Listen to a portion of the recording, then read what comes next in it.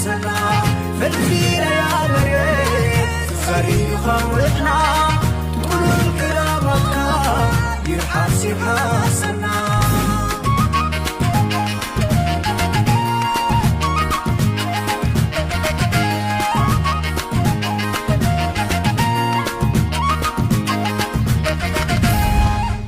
سلام تغاداتلتي مدبات فنكليري ميديا كما يتحادروا نلوم عربي 29 قنبت بقدام يتحست مدبات قريبا لكو نمكتالكم بخبري عدم سناي مكتال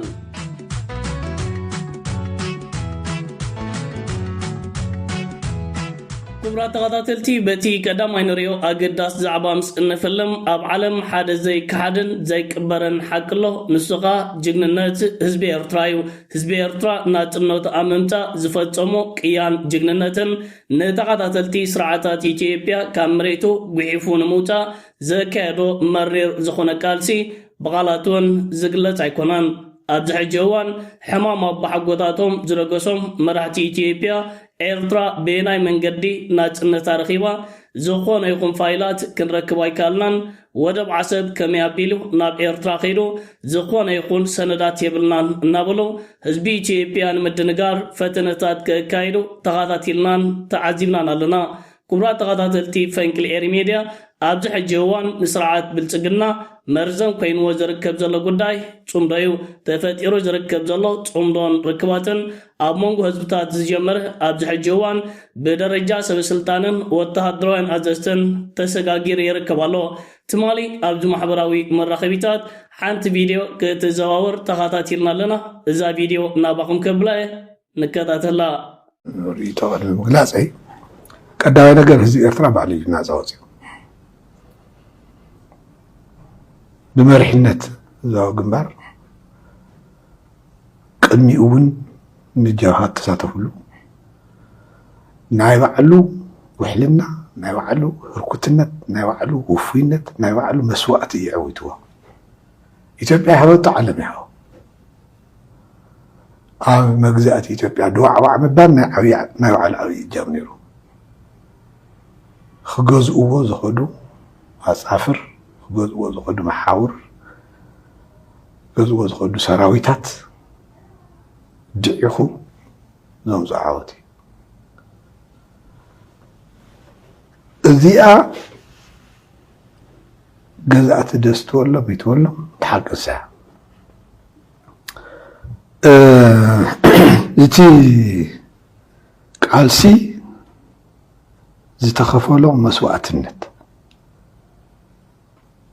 نقول نقديفك كم زي اللي وسيدك من يفرم هيوز بحل زرما ببعلو مالت بتتخف له مسوءات النت عزبان مجزات إيجابية زماسة عنونوني كم زي اللي وسيدك من يفرم هيوز زيلون بعلو مجزات أو زرواي نهزبس كم سخيلو كم أقحى نايم رأي قداي فرمكا أركي ولا خمال يركا مردايو صار هزبي وامزي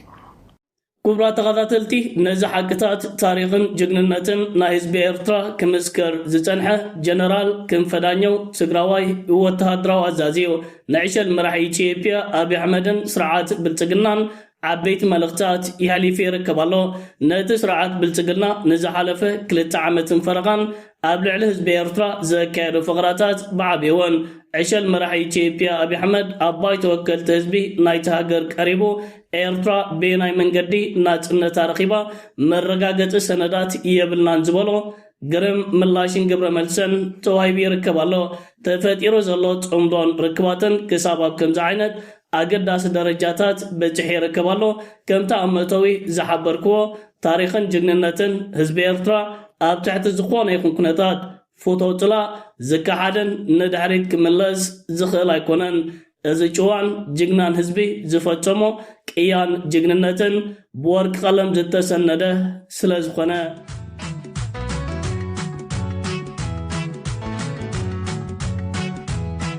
ተኸታተልቲ ናብቲ ካልኣይ ንሪኦ ኣገዳሲ ዛዕባ ምስ እንሰገር ኬንያን ኢትዮጵያን ነታ ኣብ ሱዳን ዘካየድ ዘሎ ኩናት ኣብ ጎኒ ተቃወምቲ ሓይልታት RSF ብምስላፍ ነዳዲ ክስክሳሉ ከም ዘለዋ ኣብ ዝተፈላለዩ ኣጋጣሚታት መንግስቲ ሱዳን ከምኡውን ዓበይቲ መራኸቢታት ዓለም ዜናን ፀብፃባትን ዘርጊሐን ነይረን። ብዓብዪ እውን መንግስቲ ኬንያ ንሓምዳን ደጋሎን ኣሕዋቶም ፓስፖርት ናይቲ ሃገር ብምድላው ካብን ናብን ንኽንቀሳቐሱ ሰፊሕ ባብን ዕድልን ፈጢሩ ነይሩ። ኬንያውያን ነቲ መንግስቲ ናይቲ ሃገር ዝገብሮ ዘሎ ከምዚ ዓይነት ምትእታው ብግልፂ ኣብ ማሕበራዊ መራኸቢታት ክቃወም ተራዮም። መንግስቲ ኣሜሪካ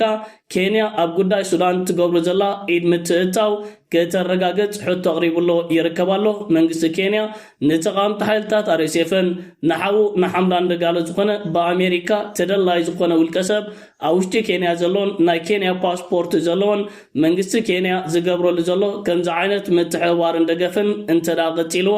ኣብ መንጎ ኬንያን ኣሜሪካን ዘሎ ርክባት ኣብ መዳይ ቁጠባን ዲፕሎማስን ብከቢድ ክህሰብ ምዃኑ መንግስቲ ኣሜሪካ ንዊልያም ሩቶን መንግስቲ ናይቲ ሃገርን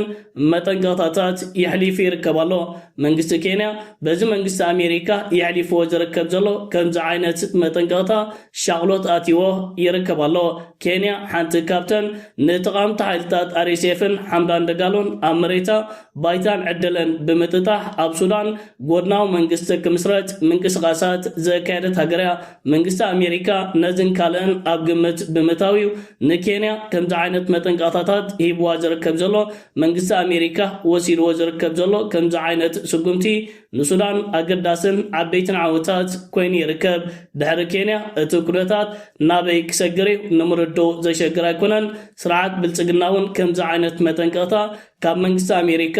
ክጽበዩ እዘን ክልተ ሃገራት ዝገብሮ ቀጥታዊ ኢድ ምትእታው ብፀሓይ ቀትሪ ጉህድዩ መንግስቲ ኣሜሪካን ማሕበረሰብ ዓለምን ነዚ ጉዳይ ፈሊጦም ከም ዘይፈለጡ ሪኦም ከም ዘይራዩ ሸለሊሎም እዮም ክሓልፎ ፀኒሖም። ናይ ሱዳን ኩነታት ቁልጡፍ ምዕባለታት ይምዝገበሉ ኣብ ዘሎ እዋን ሰዓትን መንግስቲ ኣሜሪካ ኣብ ልዕልን ተቃወምቲ ሓይልታት RSF ብዝተፈላለዩ መዳያት ሓገዛት ዘበርክታ ዘሎ ሃገራት ዝገብሮ ዘሎ ከምዚ ዓይነት ፀቕጥታት ነዝብን ሰራዊትን መንግስቲ ሱዳን ዓበይቲ ዓወታት ከምኡውን ንተቃወምቲ ሓይልታት RSFን ሕቡራት ኢማራት ዓረብን ኢትዮጵያን ኬንያን ዓበይቲ ፅፍዒት ኮይኑ ይርከብ።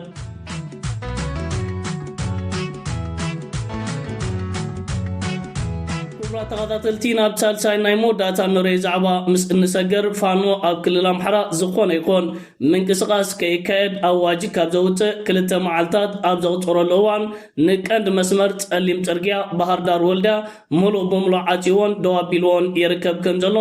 ሎሚ ንኮ ካብ ክልል ኣምሓራ ሓበሬታታት ወፂኡ ይርከብ ኣሎ። እዚ ቀንዲ መስመር ጽርግያ ካብ ክልል ኣምሓራ ናብ ኣዲስ ኣበባን ካልኦት ክፋላት ናይቲ ሃገርን ዝዝርጋሕ ኮይኑ ፋኖ ብዝወሰዶ ኣገዳሲ ወተሃደራዊ ስርሒታት እዩ ነዚ ቀንዲ መስመር ጽርግያ ዓፂዎን ከርዲንዎን ዝርከብ ዘሎ።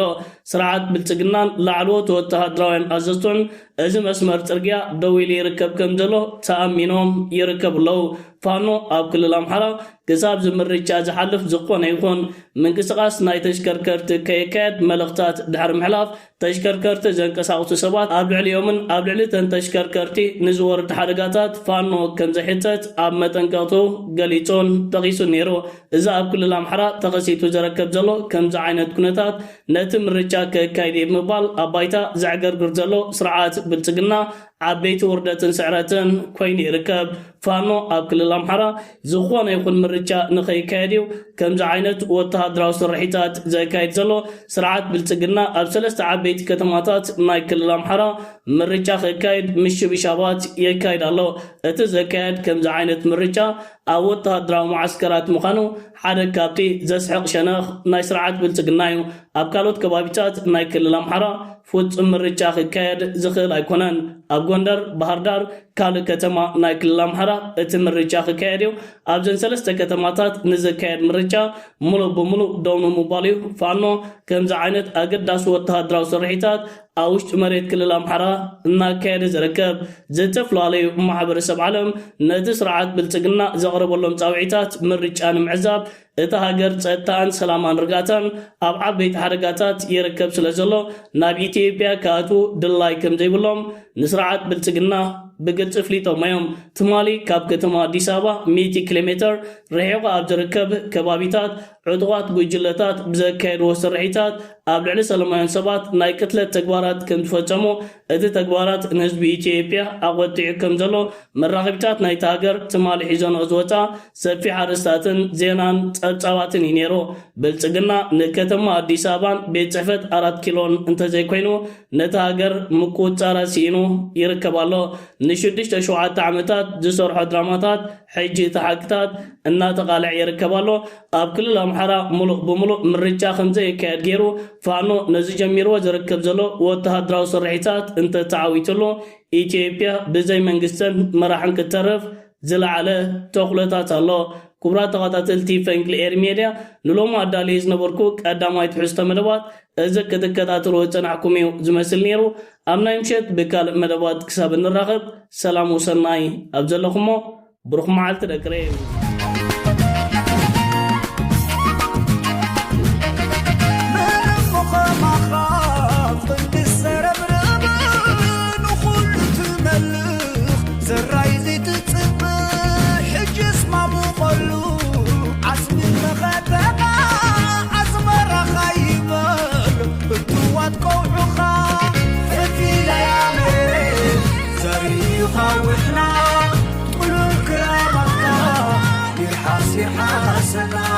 فالفينا يا مريت صريخا وإحنا